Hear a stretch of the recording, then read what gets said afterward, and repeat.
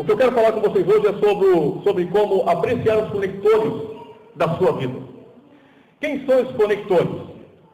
Conector, na verdade, é uma pessoa que está ligada a você. É uma pessoa que está próxima de você. É uma pessoa que vai te ajudar a chegar a um lugar de destino que Deus colocou no seu coração. Isso é um conector. É bem verdade que essas pessoas também nos dão conselhos. Esses conectores nos colocam em posições de frente para a batalha. Eles estão lá conosco, nos ajudando, nos forjando. E é isso que nós temos que ter em mente.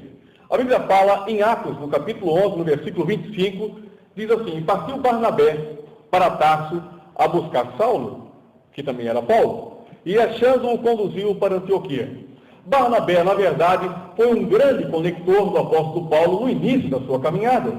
Acredito que sem Barnabé, nessa jogada toda, Paulo talvez não teria sido quem ele foi. Um grande homem de Deus que pregou por vários lugares. E hoje nós estamos aí com as palavras de Deus completa, porque também Paulo escreveu a grande parte do Novo Testamento através de suas cartas. E muitas vezes, os nossos conectores são as pessoas que nós menos esperamos. São as pessoas que nós não temos a menor ideia.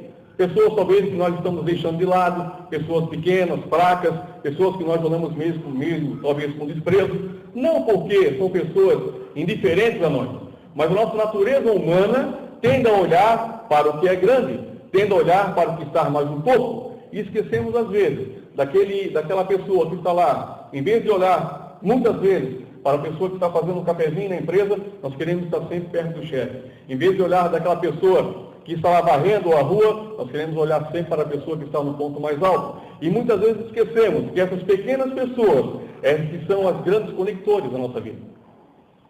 Eu lembro uma vez, quando eu tive um acidente de carro, e naquela época eu não tinha dinheiro para consertar o carro, também não tinha seguro. Façam seguro dos seus veículos, quem não tem. E aconteceu que eu fui nas pessoas que eu acreditava que eram os meus conectores divinos. Pessoas que tinham posições sociais, pessoas que estavam no topo, e eu fui naquela época pedir alguma coisa, um dinheiro emprestado, para que as pessoas pudessem me ajudar a arrumar o carro. Eu não tinha, iria ter o dinheiro só depois de algum tempo. Então, depois de um certo tempo, quando a minha esperança já estava quase se esvairindo, logo que apareceu alguém lá em casa. Alguém que eu nem imaginava, uma pessoa que eu nem pensava que podia me ajudar. Ela chegou lá e disse: eu andei sabendo que você está precisando de umas peças do seu carro, uma parte de lataria. Eu disse: olha, eu realmente estou precisando, mas não tenho dinheiro, vou poder pagar em tantas vezes. Ele disse: não tem problema. Você vai lá na minha oficina, pega as peças que você quer e instala no seu carro. O que ele estava fazendo? Estava sendo um conector divino para a minha vida. Ele estava sendo alguém que eu nem imaginava que ia me ajudar. E são essas coisas que nós temos que aprender. Pessoas que estão mais distantes da gente, pessoas que passam e a gente muitas vezes não dá o mínimo crédito. Essas pessoas poderão amanhã estar nos ajudando, estar ajudando um filho, estar ajudando alguém da nossa família, um parente. Você não sabe quem Deus vai enviar para você. Você não sabe o que Deus está preparando na sua caminhada. Eu lembro da história de Davi e Jonathan, dois grandes amigos, mas Davi tinha Jonathan como um grande conector na vida dele.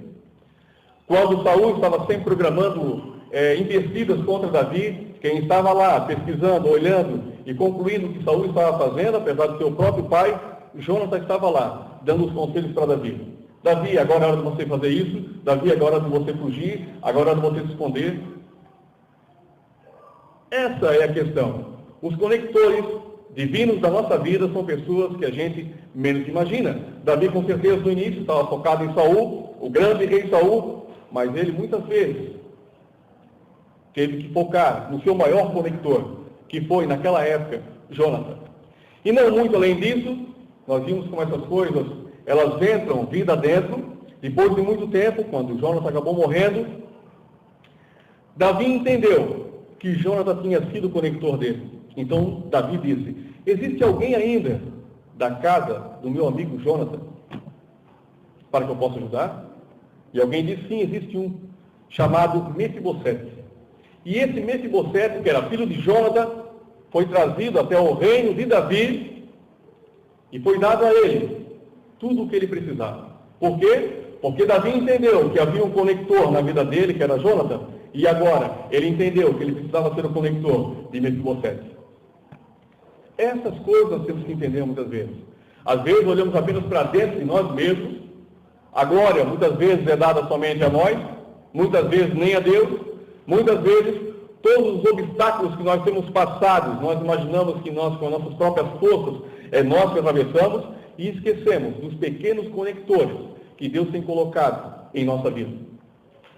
Pessoas muitas vezes significantes, mas são pessoas que irão te levar para lugares distantes, porque Deus assim o colocou no caminho. Existe uma frase que diz que uma andorinha só não faz verão. Isso é uma grande verdade. Eu lembro numa passagem na Bíblia, onde todos sabem, Jesus não fez o ministério dele sozinho. Jesus tinha 12 pessoas que o acompanhavam.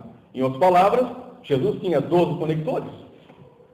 Eles ajudavam Jesus, eles distribuíam os pães, eles cuidavam da parte financeira do ministério que Jesus tinha, eles estavam juntos com Jesus. Muitas vezes duvidavam, muitas vezes achavam talvez que não era daquela maneira, mas Jesus entendia que eles eram os conectores de Jesus naquela época. E esses conectores estão marcados na Bíblia. Eles foram grandes homens daquela época. Menos um, Judas, mas mesmo assim, Judas é lembrado como um exemplo de um conector que não era bem um conector. Nós temos que entender também que muitas vezes achamos que grandes pessoas são nossos conectores. Judas achava que era um grande conector. E aconteceu que Judas foi um traidor. Às vezes, os conectores que nós imaginamos que são aqueles perfeitos para nós, são os que mais nos prejudicam. Muitas vezes, membros da nossa família, amigos que nos traem, patrões que nos colocam para a rua, um amigo do serviço falou mal de você. Porque nós temos confiado, muitas vezes, em conectores errados. Certa vez, estávamos indo para um sítio, aqui em Itapema, eu e a minha esposa, e quando nós estávamos passando, eu vi um senhor com uma criança desse tamanho, tentando colocar um fogão em cima de uma carroça. Isso era sexta-feira de manhã, talvez um domingo, eu não lembro direito. Nós estávamos indo, quando eu vi aquela cena, nós passamos e eu senti lá dentro, Deus falou comigo, não em voz alta, mas aqui dentro, volta lá, ajuda essa pessoa, seja um conector dessa pessoa. Então aconteceu, nós viramos a volta no carro, e quando eu desci do carro para ajudar esse senhor, ele estava atrás da carroça, então eu percebi que ele tinha apenas uma perna. Eu aprendi muitas vezes que quando eu acho que eu sou o conector das pessoas, eu acabo percebendo que aquelas pessoas é que são minhas conectores. Aquele homem foi o meu conector para entender que a humildade tem que estar estampada em nós. Que ajudar as pessoas tem que fazer parte do cristão. Independente se for preto, branco, azul, amarelo, ajude a todos. Porque essas pessoas que você está ajudando, elas serão conectores, talvez de seus filhos, conectores de seus pais, conectores de gerações futuras. Deus escolhe as coisas fracas para envergonhar as fortes. Naquele sentido, que ele estava ajudando o homem, na verdade, eu é que era o forte da história. Mas Deus escolheu alguém fraco para me envergonhar. Deus escolheu alguém fraco para dizer, está vendo? Tens as duas pernas. Muitas vezes está fazendo corpo mole. Mas aquele homem com apenas uma perna e uma criança ajudando, tentando colocar um fogão em cima da carroça para vender ferro velho. Nós temos que entender que Deus coloca situações na nossa vida que nos deixam realmente pensativos e muitas coisas deveríamos ser. Paulo, um dos maiores homens do Novo Testamento, fora Jesus, é claro, tinha muitos conectores. O ministério de Paulo foi feito com grandes conectores. Timóteo, Tito, Filemão, Filipe, e por aí vai. O próprio Barnabé, como eu já falei.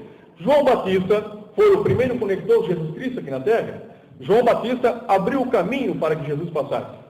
João Batista foi o conector de Jesus. Se esses grandes homens, Jesus, o próprio Filho de Deus, teve um conector humano aqui na Terra para fazer grandes coisas, nós que somos pequenos homens, também precisamos de conectores aqui na Terra. Quando eu comecei a ministrar, muitas pessoas não aderiram a esse grande passo de fé. Eu lembro muito bem, no início, ainda um pouco inseguro, mas muitas pessoas não confiaram na palavra de Deus.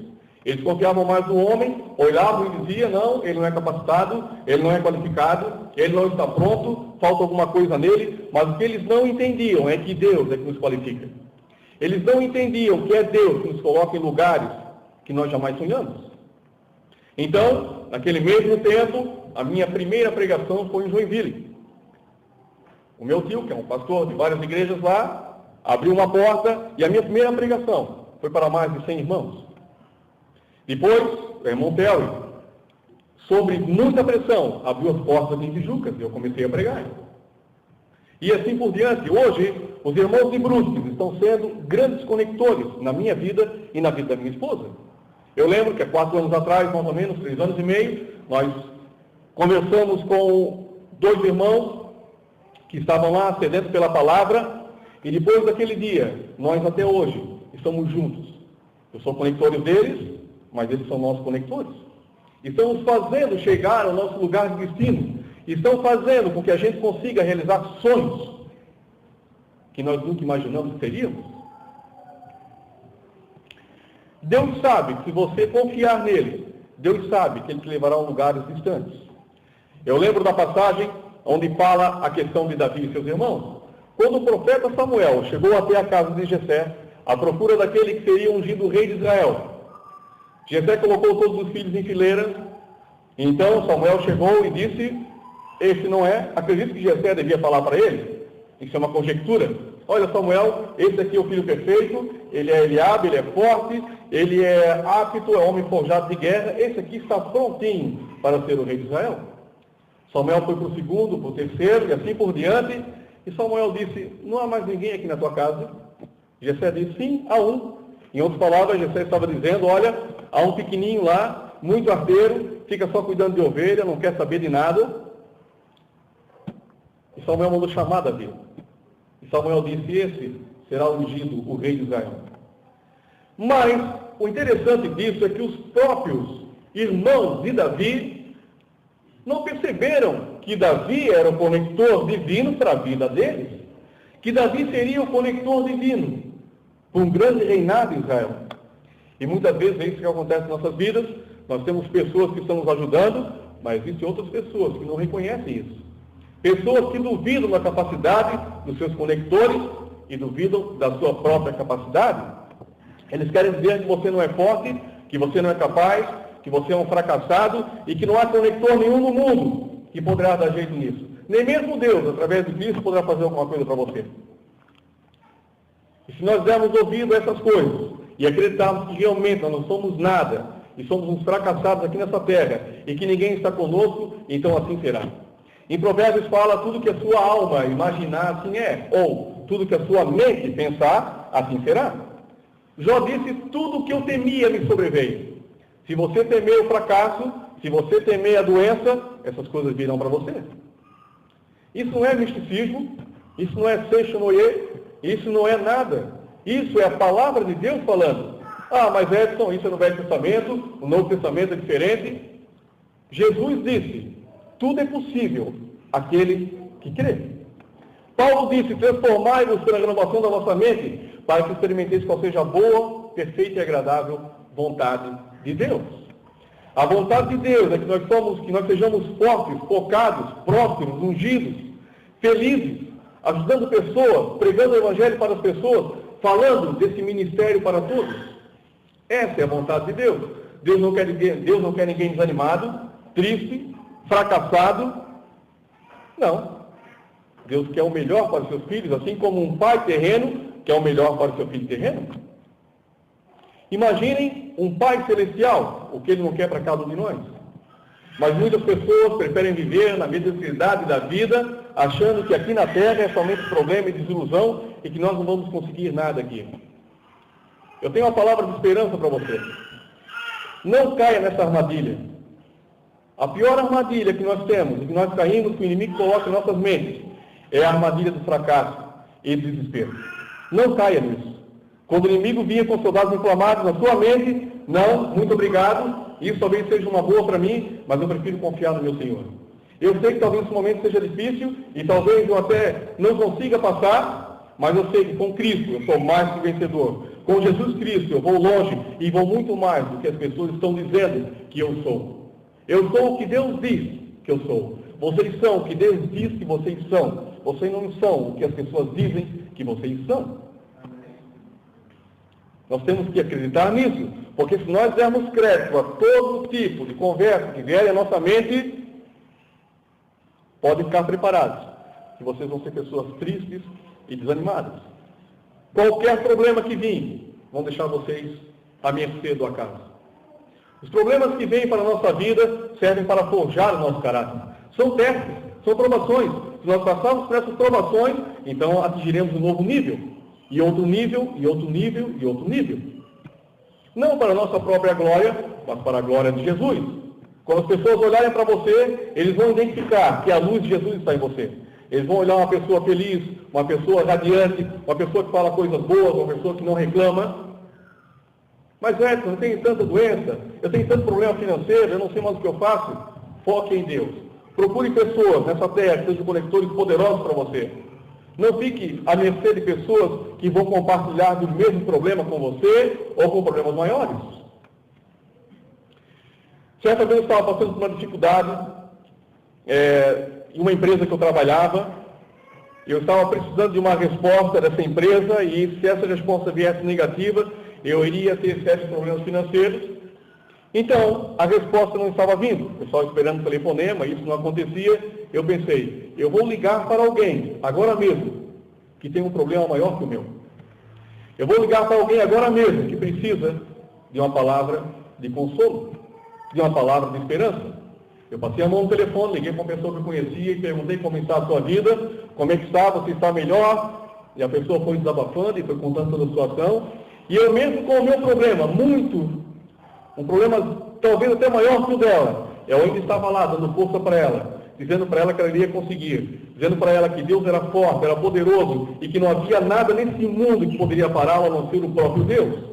15 minutos depois, eu recebi a ligação, dizendo, está tudo certo, você está pronto, nós vamos fazer o trabalho para você.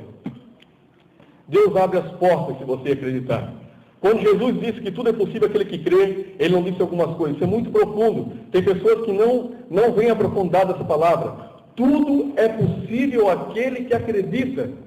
Isso é algo profundo demais para que as pessoas possam acreditar. Porque se todos acreditassem nessa palavra, que tudo é possível aquele que crê, as dificuldades ficariam menores.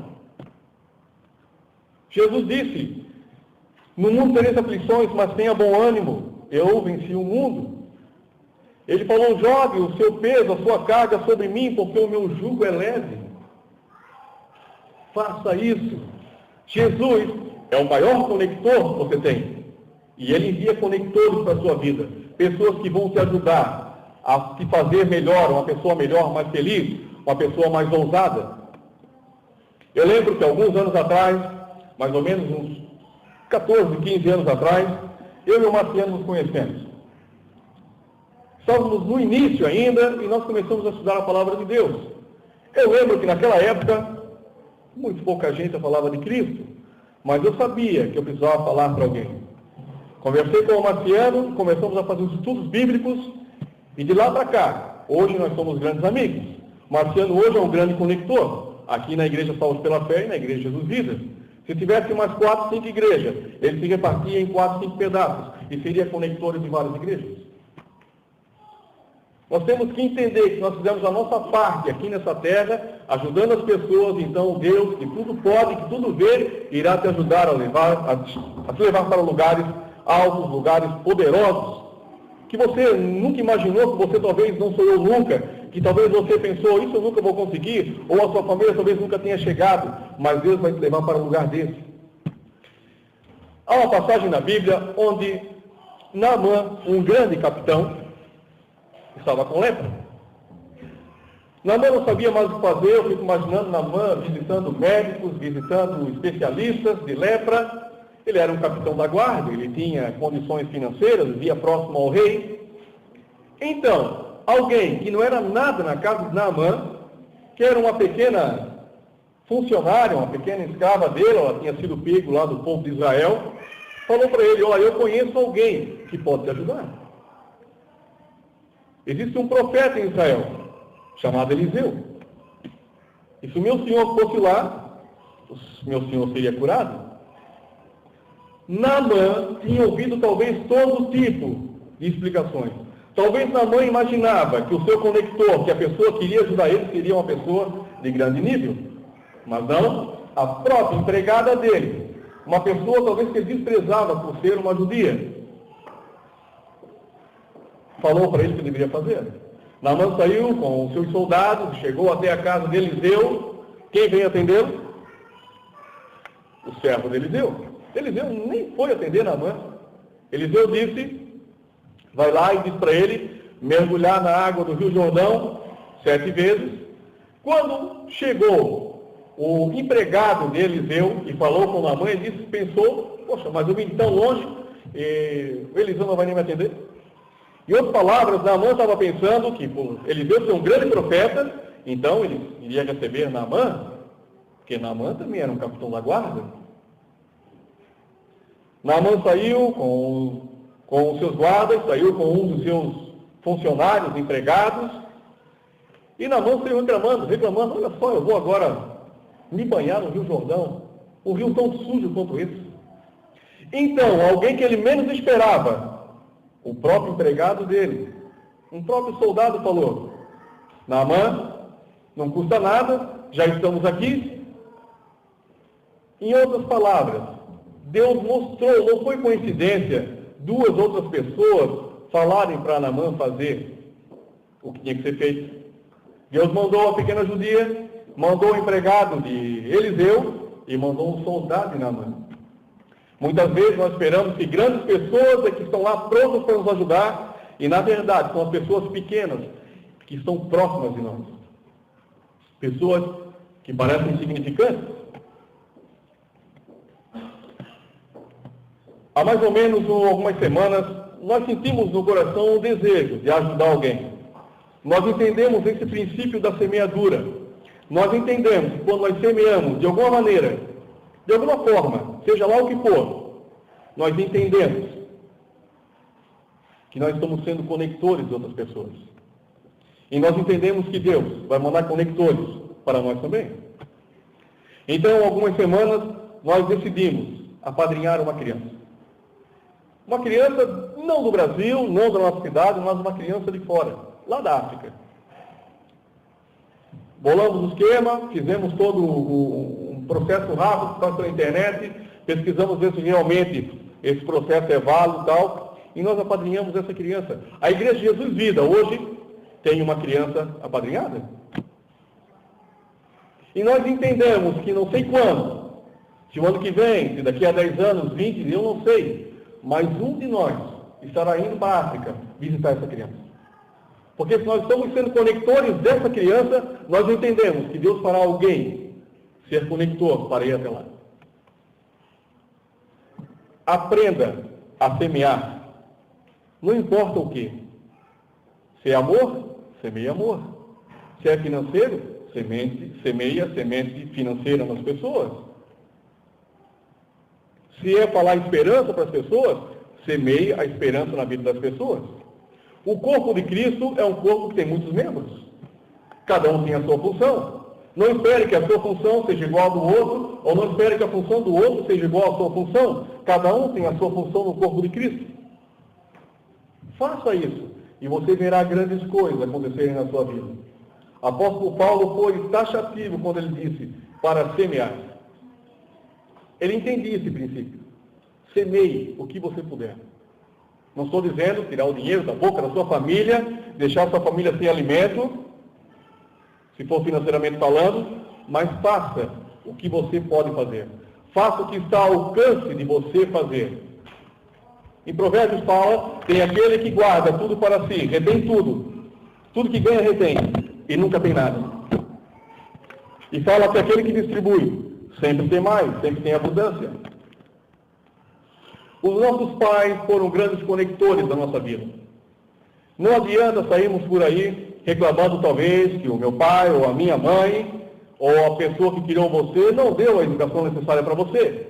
Não caia nessa armadilha. Eles fizeram o possível para que você estivesse aqui. Eles se colocaram no mundo. Eles foram conectores divinos para a sua vida, para a sua história.